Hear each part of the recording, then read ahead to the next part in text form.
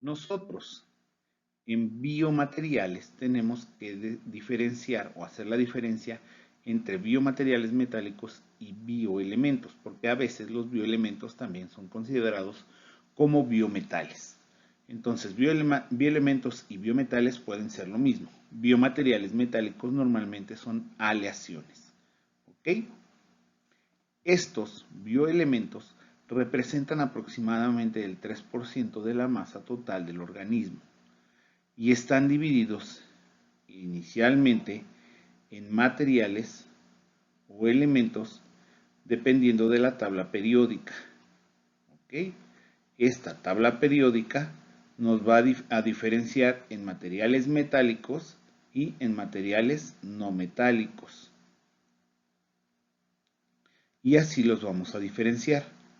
La siguiente categoría es diferenciarlos en la cantidad que tengamos de estos elementos. Si existe mucha cantidad, entonces serán macroelementos. Si existe poca cantidad, y esta poca cantidad pueden ser a nivel de trazas, serán microelementos. Los macroelementos metálicos son sodio, potasio, magnesio, calcio y hierro. Los macroelementos no metálicos: carbono, nitrógeno, oxígeno, fósforo, azufre, cloro y yodo. El hidrógeno no se toma como macroelemento, aunque es en esencia uno de los que tenemos en mucha abundancia, pero el hidrógeno está considerado como parte de todas las moléculas orgánicas, entonces por eso no se toma como un macroelemento. Los microelementos son todos aquellos que están a nivel de trazas, como les acabo de decir, y en los materiales, en el apartado metálico, normalmente son varios del grupo 4, del nivel 4. Del nivel 5 son el molibdeno y del nivel 2 el litio. Microelementos metálicos.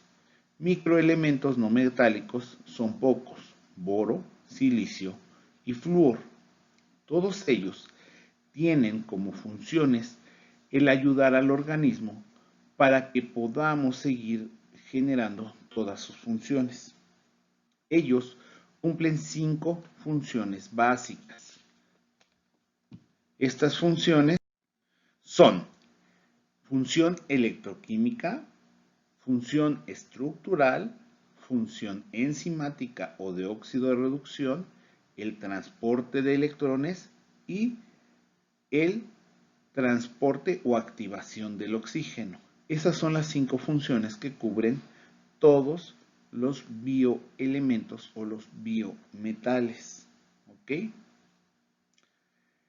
Si nosotros vemos todos estos elementos, todos ellos cumplen con ciertas características. ¿Ok? Pero en esencia, si nosotros vemos todos los elementos de transición de este grupo no son tóxicos, excepto el cromo, el vanadio y el manganeso, sobre todo en sus estados de oxidación más altos. Del grupo 5, todos los elementos del grupo 5, del nivel 5 de los elementos transicionales, son tóxicos al organismo, excepto el molibdeno. ¿Ok? Y entonces de aquí podemos desprender que nosotros tenemos 3 categorías en los bioelementos o biometales. Esta categorización depende desde el punto de vista biológico como se vea. Tenemos bioelementos esenciales, benéficos y tóxicos. Los primeros, los esenciales, como lo dice su nombre, son esenciales, son imprescindibles. Su función dentro del organismo no la puede hacer alguien más, no la puede hacer ningún otro elemento y solamente la van a hacer ellos. ¿Vale? Pero esta función va a ser específico.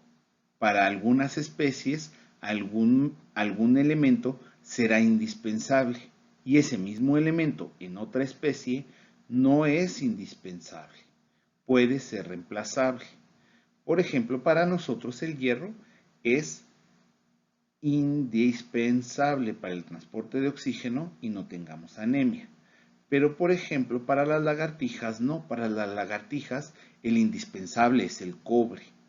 Entonces, esta categorización va a ser especie específico. Siempre es desde el punto de vista biológico, pero vamos a depender mucho de la especie a la cual nos estemos refiriendo.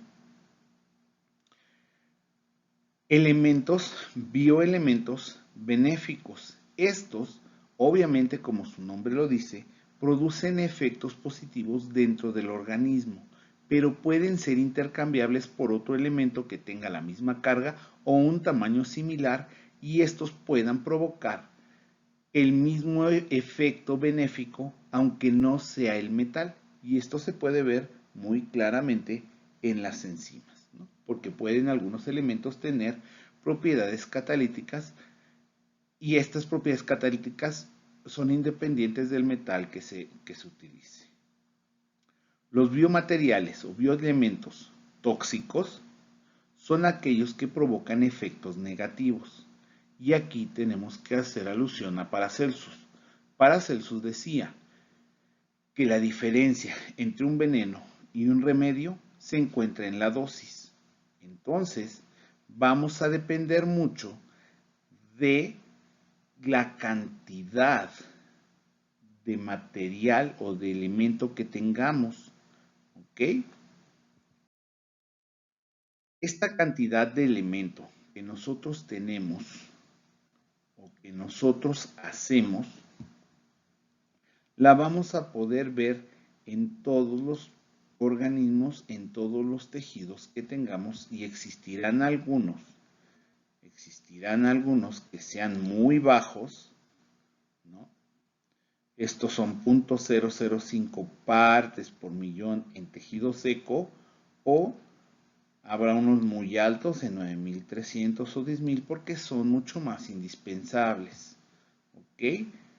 Esto va a depender de la cantidad de bioelemento que tengamos y forzosamente nosotros debemos de generar estas concentraciones o de tener estas concentraciones para el correcto funcionamiento del organismo. Entonces, si existe un incremento o si existe un déficit de uno de ellos, entonces se provocarán efectos tóxicos por deficiencia o por exceso de estos materiales, de estos elementos. Y entonces estos elementos pueden llegar a ser tóxicos porque dependemos mucho de cómo esté la concentración de ellos en el organismo. Su tarea será encontrar de macro y microelementos las concentraciones normales, sus concentraciones en déficit, sus concentraciones en exceso y cuáles son los inconvenientes o los efectos que ocasiona el déficit o el exceso de todos los bioelementos, macro y microelementos, excepto carbono, hidrógeno, nitrógeno y oxígeno. Y además se encontrarán las fuentes de donde se obtienen para la especie humana, obviamente, estos bioelementos. Esa es su tarea de este primer video de bioelementos o biomateriales metálicos, biometales.